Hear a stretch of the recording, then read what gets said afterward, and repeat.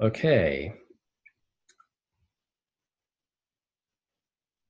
So next up, why is this all happening? How can we interpret the rise of anti-system politics? Well, one common theory out there is that it's all to do with immigration, and you'll have probably heard a lot of people making this kind of argument in the media and some academics too. And Matthias Roduin, who is a Dutch political scientist, has talked a lot about, done a lot of research on the correspondence between attitudes on things like immigration and voting for anti-system right parties. And this is what we could probably broadly call the cultural backlash thesis. Pippa Norris and Ronald Inglehart have also made this kind of argument, Matt Goodwin and Rod Reedwell in the UK, Diana Mertz for the election of Trump, and so on.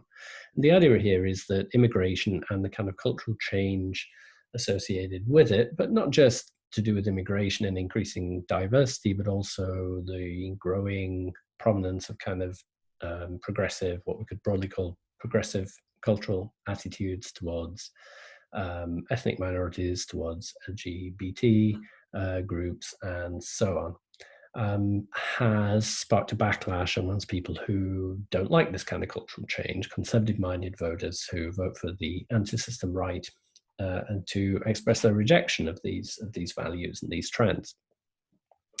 And it's certainly true that if we look at survey evidence, not surprisingly, voters for anti-system right or far-right parties tend to have attitudes that are hostile to migration, very culturally conservative attitudes, things like support for the death penalty, traditional attitudes towards the family and towards gender equality, and so on. So all of this seems to point towards the cultural backlash thesis, explaining quite a lot about what's going on in our party systems. And you can see there's lots of politicians who've reflected and represented these kind of views, who've been doing quite well in elections. Obviously, the success of the Brexit campaign in the UK, the election of Trump in the US, the growth of the Alternative for Germany party, and the successes of Marine Le Pen in France, Viktor Orban in Hungary, Geert Wilders in the Netherlands, and so on and so on. Lots of examples of this kind of thing. And in these cases, pretty much the voters who vote for these people tend to also share these kind of attitudes. The big problem, though, is that exactly at the same time as these parties have been growing their vote, we've seen the rise of a lot of other politicians who don't seem to share those attitudes at all. And they've also been growing their vote at much the same time. So thinking of people like Beppe Grillo in Italy with the Five Stars movement, Syriza in Greece, sort of anti-system left party in Greece, Pablo Iglesias in Spain and his party Podemos, Bernie Sanders in the US, and of course Jeremy Corbyn in the UK, both of whom have made, well, in the case of Corbyn, won leadership of the Labour Party. Sanders has twice tried to get the Democratic nomination, getting a lot of support.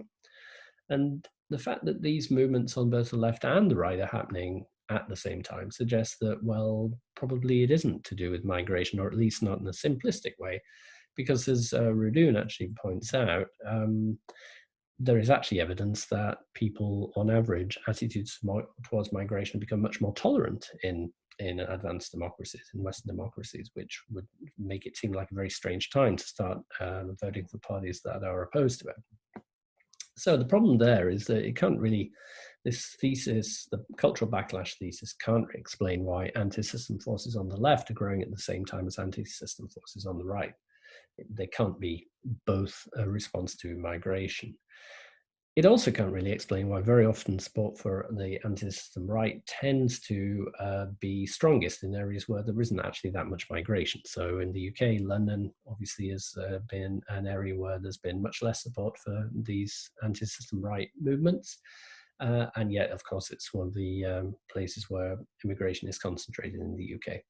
So actually, ironically, voting for anti-system right-wing parties tends to be stronger in areas where there is not that much migration, but what there is economic and demographic decline, as Andrés Rodríguez Posse of the Geography Department here at LSE has argued.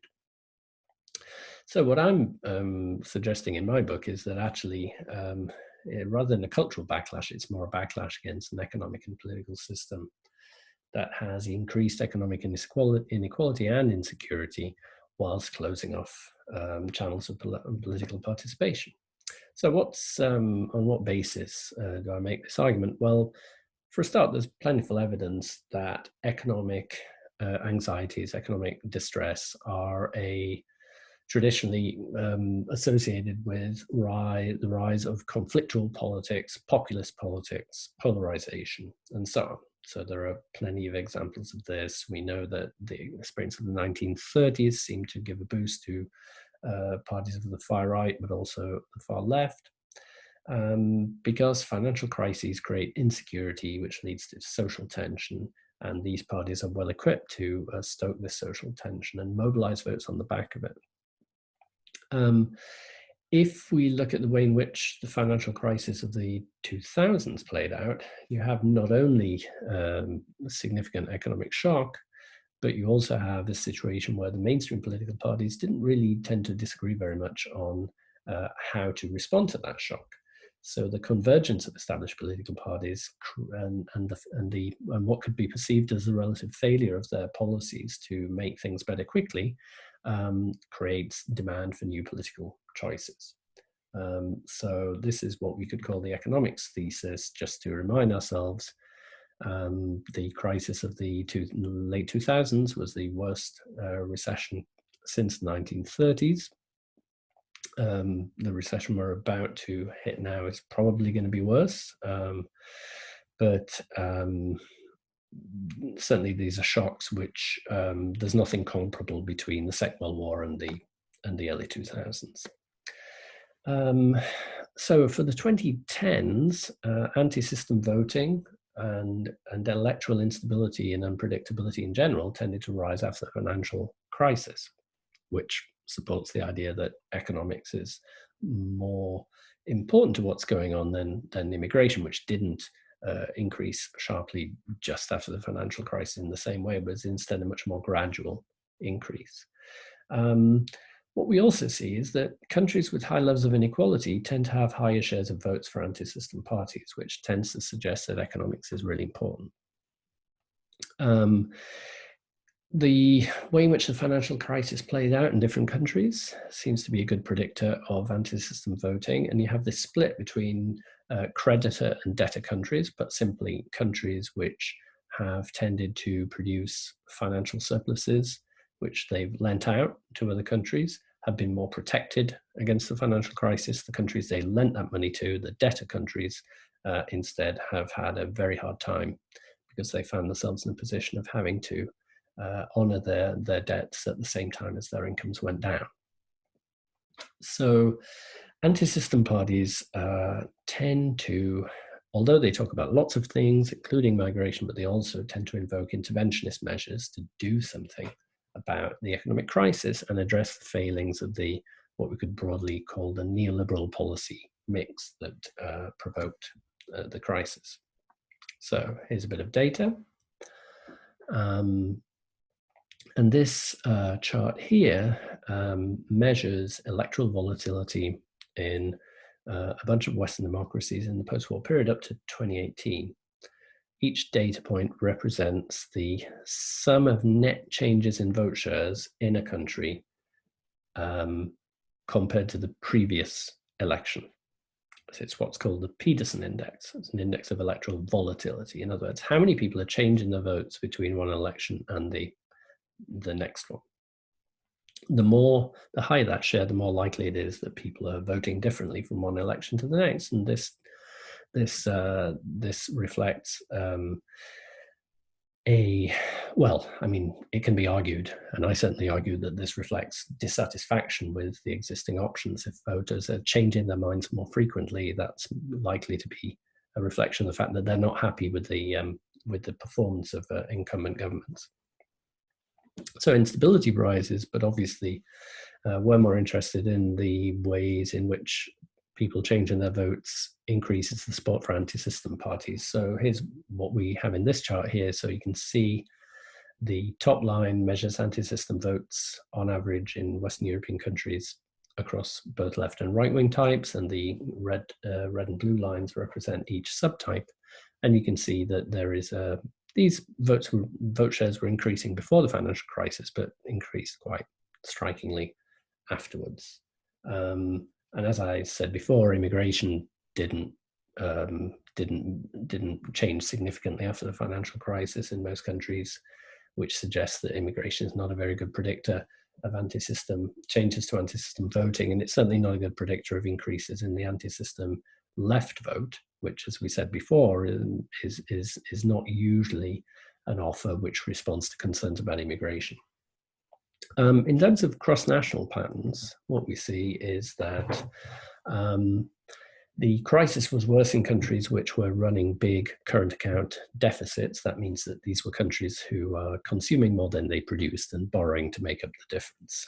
So you can see Greece at the bottom left corner there, running very big current account deficit just before the crisis, and the change in income for somebody in the middle of the income distribution between 2007 and 2014 was getting onto -2.5, which is quite a significant shift.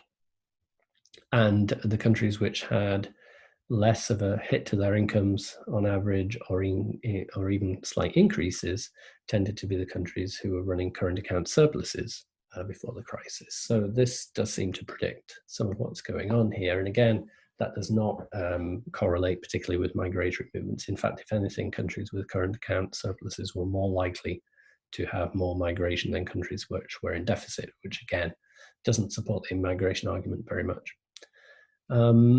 So countries with very severe crises, as measured in the previous chart, seem to be a reasonable predictor, although it's very skewed by the Greek case, of how many voters are prepared to vote for anti-system options. So that's a pretty messy correlation. It's not very tight, but you wouldn't expect it to be. But there certainly seems to be a trend whereby countries with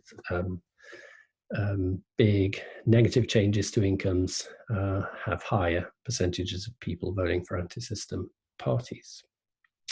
So all of this points towards an economic explanation of anti-system politics doing pretty well compared to a more cultural one.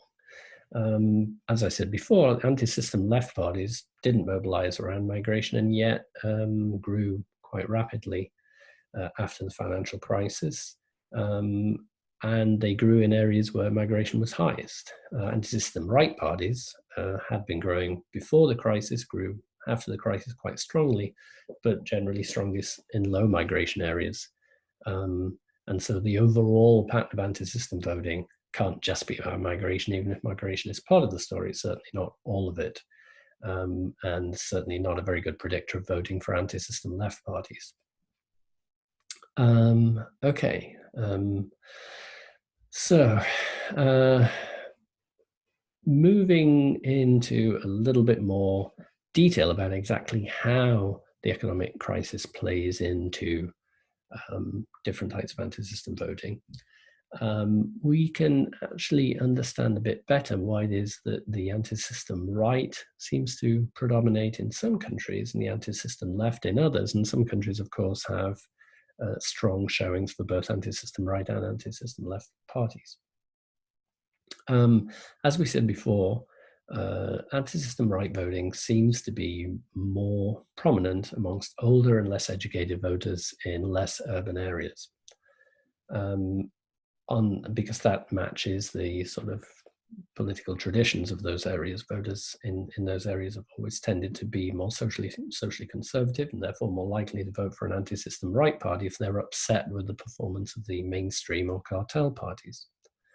On the other hand, younger, more educated urban voters are rather less likely to vote for anti-system right parties. They don't share their cultural conservatism, and they're more likely to vote for anti-system left parties because these parties offer socially liberal kind of policies. So this allows us to build a kind of picture of how it is that the way in which economic crises have fed through the economic institutions of different countries and how this explains how anti-system voting is likely to vary.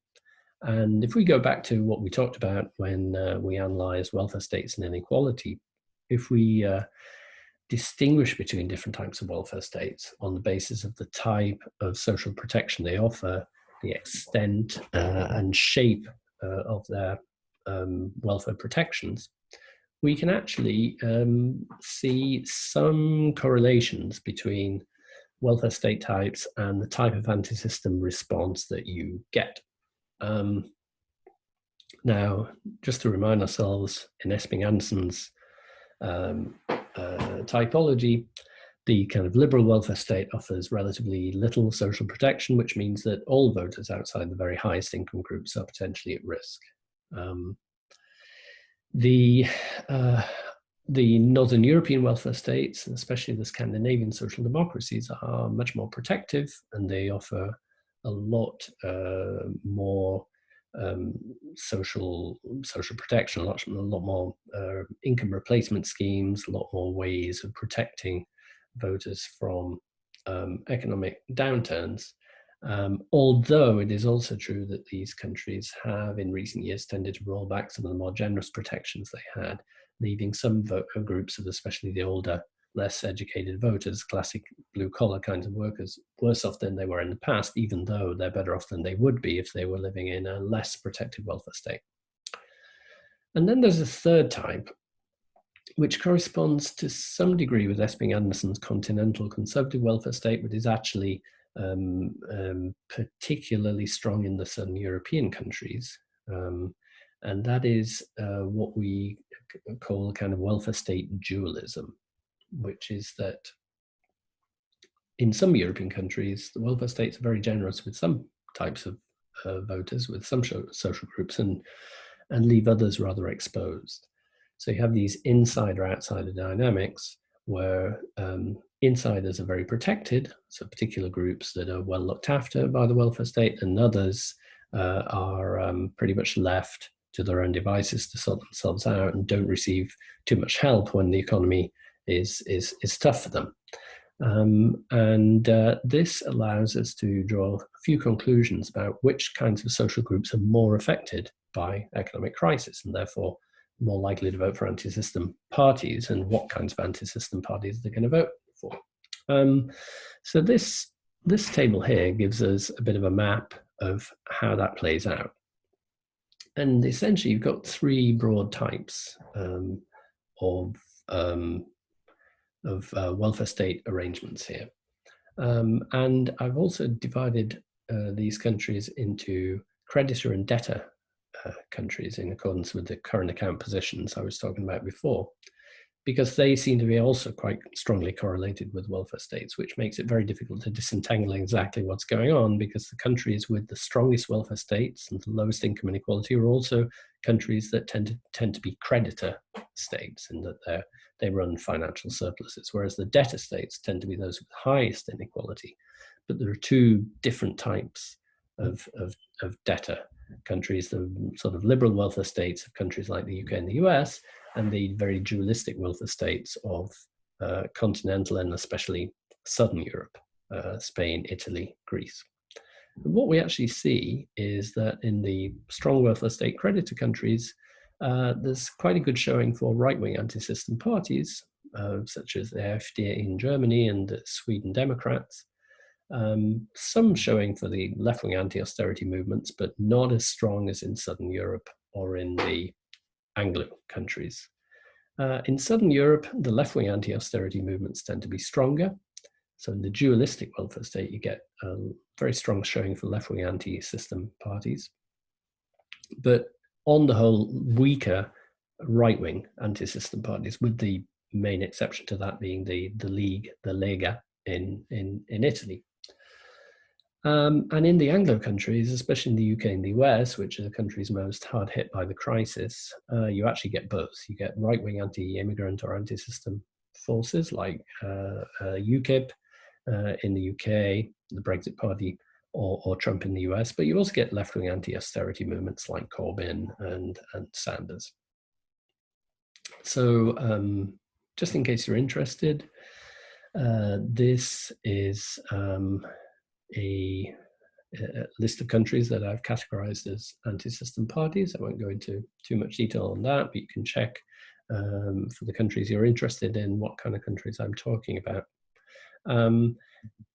But these anti-system responses tend to basically reflect the ways in which economic conditions vary across countries in the post-financial crisis period, and the ways in which different social groups are affected in different ways across countries. So essentially, in the credit countries, things are okay for most people, not great, but okay. But to the extent that people are likely to be protesting, they're more likely to be sort of older blue-collar workers who, because of their cultural conservatism, are more likely to vote for the right-wing anti-system groups. In contrast, in Southern Europe, not only are things a lot harsher because of the severity of the financial crisis, but the people most affected by that are what we call labor market outsiders, who will tend to be younger. They can be anywhere, but they also very often are in urban areas and are people with higher education, and therefore far less likely to vote for a right-wing anti-system party, but they're likely to vote anti-system because the economy is so bad. The people who would vote for a right-wing anti-system movement in those countries, the kind of older blue-collar workers, actually tend to be labor market insiders and are actually relatively well looked after by these welfare states. So this explains the skew towards the left of the anti-system response. And in the residual welfare state, we kind of get both because things are bad for a wider range of different groups. So the pattern that emerges out of that, and this is just data for Europe, is this crocodile-shaped graph, whereby you see that in the creditor countries of Northern Europe, right-wing parties are the main beneficiaries of the crisis. Left-wing parties, left-wing anti-system parties rather, don't do so well. Right-wing anti-system parties increase their vote. And for the debtor countries, it seems to be the opposite.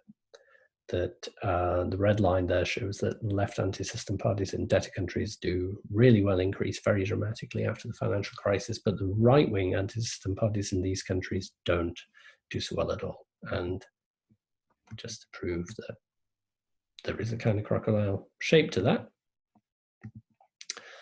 Okay, so to explain in a little bit more detail how this plays out, we can look at some cases. The US and the UK were both countries which were at the epicenter of the financial crisis of 2008. And they both have pretty high inequality by European standards, but also they tend to have high levels of economic insecurity because these are countries which, in which the financial sector, which has tended to be very volatile in recent decades, is a very central part of the economy, which means that voters are more likely to face rapid changes in economic conditions, which makes downturns a lot harder for people to cope with and makes them more likely to vote against the system, if you like, vote for anti-system forces. And because economic stresses affect all social groups, to some extent, because of the limited nature of the welfare state, you tend to get both sort of more educated, younger outsider voters voting for anti-system left parties, but also more older and less educated voters who are also affected by the crisis and are not very well protected, voting for right-wing anti-system parties. So a bit of data on that. I mean, it's quite astonishing to see that Britain, if you go right to the left-hand side of this this chart, we see cumulative wage growth in real terms between 2007, just before the crisis, and 2015. You can see that Britain, alongside Portugal and Greece, has the worst wage growth performance in that period, which suggests that Britain had a really hard time maintaining living standards after the financial crisis, which meant that there are a lot of people who had a grievance to exercise through their vote, and temptation to vote against mainstream parties. What's also interesting about the British case is that even though We have, the Conservatives have won the 2010, 2015, 2017, and 2019 elections. British attitudes towards income redistribution have been relatively distant from the usual Conservative position. So you can see here that people who want a smaller state, that's the blue line at the bottom of this graph, have historically been relatively few in the UK. And there are variations in how much taxing and spending British people want, whether they want to keep it the same or to increase it, and that varies over time. But the vast majority of people want the same or more public spending in the UK, which suggests why the shift to austerity in the 2010s has been, a very good explanation for why people are voting for anti-system movements like UKIP on the one hand and Corbyn's Labour Party on the other. If you look at the Brexit vote, there's some really interesting patterns in terms of the types of people voting to leave the UK, the European Union rather. And you can see that actually the red bars represent groups or characteristics that were more likely to vote leave, and the blue bars, the opposite, groups that were more likely to vote remain. So men more likely than women to vote leave. Older voters, much more likely to vote leave than younger voters. But also poorer, lower income voters more likely to vote leave, and more comfortably, economically comfortable voters more likely to vote remain. So leave, I interpret as being a kind of anti-system vote, for the most part, a right-wing anti-system vote, but of course a lot of former Labour voters did vote leave as well. And this seems to be reflective not only of ideas about sovereignty, resistance to migration from the European Union, spending money for the EU budget and so on. It's also a way of lashing out against a political establishment that has not delivered, especially in the post-financial crisis environment. So if you look down the chart, you can see other patterns that support this idea. Higher educated voters less likely to vote for leave, whereas people with fewer qualifications much more likely to vote leave. And London, of course, as we know, more of a Remain area, and other areas much more leave. So, I think the evidence suggests that Brexit is best interpreted as a kind of anti-system vote, although it's kind of in some ways a bit ambiguous on the left-right scale. If we go over to Europe, the European Union countries, and in particular the Eurozone countries, the story is a little bit different because the impact of kind of neoliberal policies in the Eurozone is less sharp than it was in the UK and the US. But the way in which monetary union failed to cope with the financial crisis and the harsh austerity meted out to debtor countries in Southern Europe in particular created an explosive political situation. And this explains why you get this pattern that we showed in the crocodile chart, whereby Northern European creditor countries were more likely to have increased votes for the right-wing anti-system parties who didn't want to burden share with the South, wanted to protect the money that they'd lent to them, and didn't have a very solidary attitude in terms of allowing bailouts without harsh conditions and so on. You get more right-wing voting in these kind of places. Whereas in Southern Europe, the debtor countries who had to be bailed out after the financial crisis, you tend to get a lot of anti-system voting on the left. And interestingly, it's not a kind of economic protectionist kind of voting. It's not nationalist. It's not about saying take back control or let's have more sovereignty. In fact, very often these left-wing anti-system forces like Syriza in Greece, Podemos in Spain, the Bloc or Esquerda in Portugal, I think that should be Esquerda, with a D.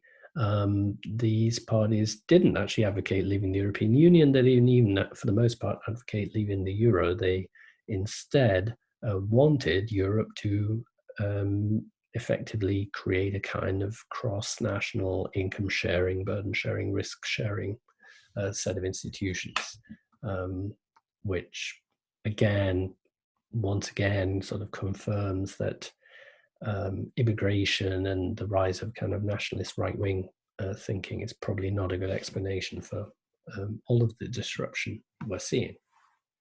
A few charts on some of the southern cases. I made this claim before that inside or outside the dynamics shaped the way in which voters supported more establishment parties or more anti-system parties. And the idea would be that in a country like Spain, because younger voters are much more exposed to the effects of the crisis, youth unemployment in Spain after the crisis was spectacularly high. Most older voters were much more protected, tending to be homeowners, tending to have relatively secure jobs or quite good pensions. So what you see is that the mainstream political parties, which here are the PP and the PSOE, the popular parties, the sort of mainstream conservative right, the PSOE is the Socialist Party. You can see that the red and blue lines there tend to increase as you go up the age scale. So they're much more likely to have support from older voters. If instead we look at parties like Podemos and to some extent Ciudadanos, that's C's on this chart, their vote share declines amongst the older part of the population. And we also have the two Catalan parties, the Convergencia, the more mainstream one, ERC, Esquerra Republicana being the more anti-system one, where you have a similar pattern. So the insider-outsider split, the kind of a generational split in Southern Europe, and the fact that younger, more socially liberal-minded voters are more likely to be affected by the crisis is what sparks this more left-wing response to the disruptions of the 2010s. Just to move over the Mediterranean to look at Italy. Italy is quite hard hit by the financial crisis because it was already performing poorly economically anyway. And of course, now we know it's in the middle of this terrifying coronavirus crisis. So Italy has had a very rough 30 years. And you can see that actually over quite a long period, around half of the income distribution in Italy has got poorer. The bottom half of Italian society have got poorer in real terms, which is really astonishing outcome in a Western democracy. But this doesn't affect everybody equally. Some groups are more exposed than others. And what you can see in the Italian party system is that the groups that are most likely to have done okay or survived reasonably well in the financial crisis are more likely to vote for the establishment parties, and the groups that are most exposed are more likely to vote for the anti-system parties. So the establishment parties in Italy would be the PD, that's the red bars there, which is the Democratic Party, which is the kind of centre-left party of Italy, and FI, which is Forza Italia, which was the kind of mainstream conservative party in Italy. Although there's a more complicated story there, but we could talk about that in the online Q&A if you like. So that's the blue bars. So those two parties perform, relatively well in the managerial and professional groups, but a bit less well amongst workers. The yellow and green columns represent the Five Stars movement, which is a kind of direct democracy, digital democracy party of Beppe Grillo. And the green is the Lega Nord, the League, Northern League, which is now simply the League under Matteo Salvini. And they perform particularly well amongst what are loosely described here as workers, so relatively lower qualification, lower income voters. So that suggests that the people who've taken much of the brunt of the crisis in Italy are the voters more likely to vote for anti-system parties. So, what can we conclude out of all this? Economic crisis is a good predictor of anti-system politics, and the more disruptions in financial markets and labor markets damage society, the more conflictual kind of politics you're going to get. So the worse the crisis, the more anti-system politics seems to be a pretty good rule of thumb. In countries with high levels of inequality, this is even more the case. But what we also see is that different types of voters are affected in different ways in different countries because of the way different countries' welfare states protect some groups and expose others to economic downturns. So broadly, we argue that, or we can argue that sort of more educated, younger voters are more likely to, if they vote anti-system, to vote for anti-system left parties, and older, less educated voters, if they desert the establishment parties, are more likely to vote for the anti-system right. So what we see in terms of anti-system politics is that economic crisis matters, but it matters also what kind of institutions and in particular, what kind of welfare state institutions and economic institutions more broadly a country has. So patterns of distributional conflict shape the kinds of party politics you get, which altogether is a rather more sophisticated story about what's going on than just saying migration is increasing, a lot of people don't like it, and this is why our politics appears so upside down at the moment. Final note, I think, is to say that all of this looks a little bit small compared to the big things happening around the world at the moment. And I think, we're opening a new chapter in the history of democratic countries right now. The economic crisis that's going to come as a result of the coronavirus is going to be huge. The political disruption, I would expect to be big too. And of course, the human cost looks like it will be appalling. So, a book about the last crisis already starting to look a bit out of date. I better start thinking about writing a book about the crisis we're in now. But in the meantime, that's what I've got to say about the rise of anti-system politics, and look forward to hearing your thoughts. Any questions, please post them to me through the Moodle forum. Okay. Stay safe, wash your hands, don't touch your face, and hope to see you soon, if only probably through a screen.